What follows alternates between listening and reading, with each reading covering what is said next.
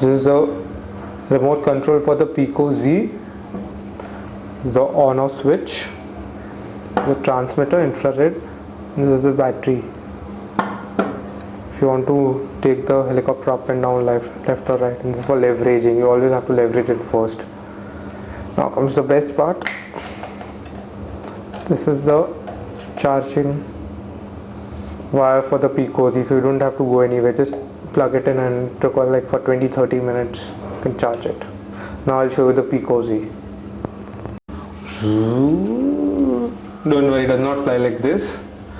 This is the Picco Z and you need to switch on. See, it's switched on, the lights. Now but to fly it needs to be charged, so we'll charge it first.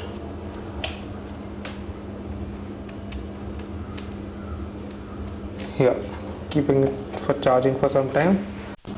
The Picco Z ready for takeoff.